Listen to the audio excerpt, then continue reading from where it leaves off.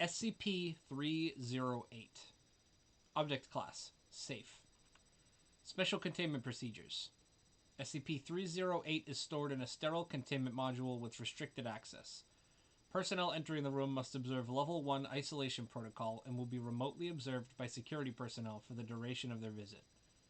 No organic material may be placed in SCP-308 without Level 4 authorization. SCP-308 will remain open unless involved in active experimentation.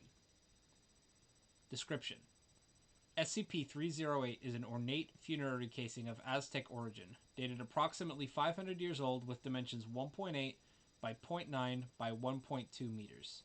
It was found at the archaeological excavation among similar, though mundane, artifacts in a temple complex. SCP-308 is covered in Nahuatl pictographs consistent with the ceremonial practices of its time, though unusual in the care and expense devoted to them. Under normal conditions, the artifact is inert, but it exerts an animating effect on organisms when they are placed inside it. The effect was first observed in the original inhabitant of the coffin. The poor condition of the individual has been attributed to its 500-year incarceration in the casing without nourishment or stimulation. Healthy, injured, or even deceased subjects are transformed by the artifact, regardless of the condition of an organism prior to placement in the coffin, with one exception, see below. The creature will exhibit certain traits upon removal. Superficially, subjects remain unchanged, retaining injuries and conditions sustained prior to exposure. Despite the nature and seriousness of such trauma, however, subjects appear alive and responsive to the extent the injuries allow. For example, a subject exposed to a fatal dose of cyanide, in excess of 100 times fatal dosage, conversed normally, respired, and displayed vital signs such as a heartbeat and brain activity. The subject also presented classical symptoms of acute poisoning, including shortness of breath, drowsiness, headache, and cyanotic skin, but did not succumb even after a period of many days. Another subject was pierced in several major arteries and exsanguinated before exposure to SCP-308.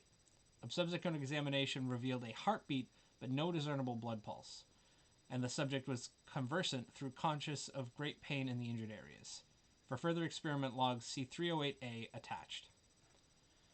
Subjects in this altered state will neither succumb to any injury, again, one exception, no matter how severe, nor heal any wound, no matter how minor.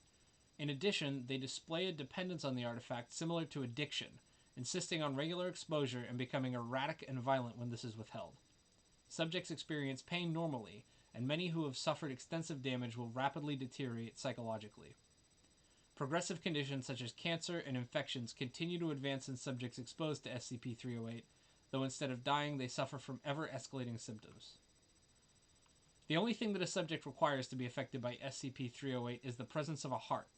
Subjects with a wounded or diseased heart are animated, as are portions of organisms or tissues connected to a heart. Individuals with their hearts removed or body portions without a heart are unaffected by exposure to the artifact. Even an isolated heart placed in the container will resume beating at a normal rhythm. Subjects exposed to SCP-308 remain alive and essentially unkillable until their heart is destroyed, whereupon they succumb and decay normally.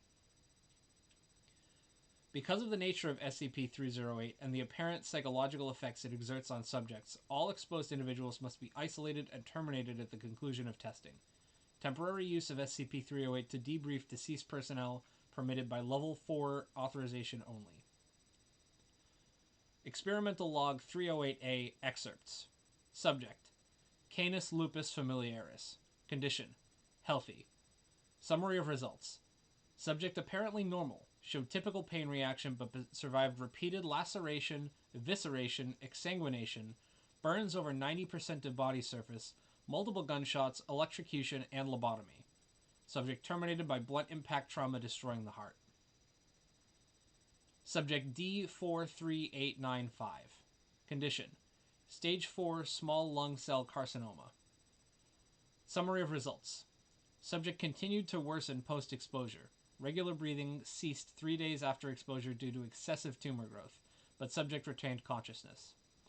Tumor infiltrated renal system, leading to external growths approximately 13 centimeters in diameter in the area by 14 days. Secondary tumors occlude vision and infiltrate the brain by 19 days. Upon the final ceasing of biological function at 52 days, Metastatic tumors were evident over 70% of the body's surface area and had infiltrated every organ system, including the heart, which was the cause of subject's death. Subject D34892. Condition: head and heart surgically removed from the rest of body, keeping attached vasculature intact. Summary of results. Subject revived and apparently conscious, though apparently in too much pain to communicate meaningfully. Applied painkillers had no visible effect. Research ongoing. Subject: aged. Condition: terminated in the line of duty recovering SCP. Summary of results. Animated for debriefing. Subject requested and was granted 2 weeks to prepare a post-action report before termination. After 9 days, subject's nightly request for access to SCP-308 was denied.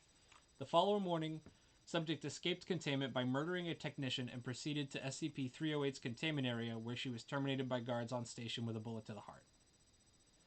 Subject: D34877.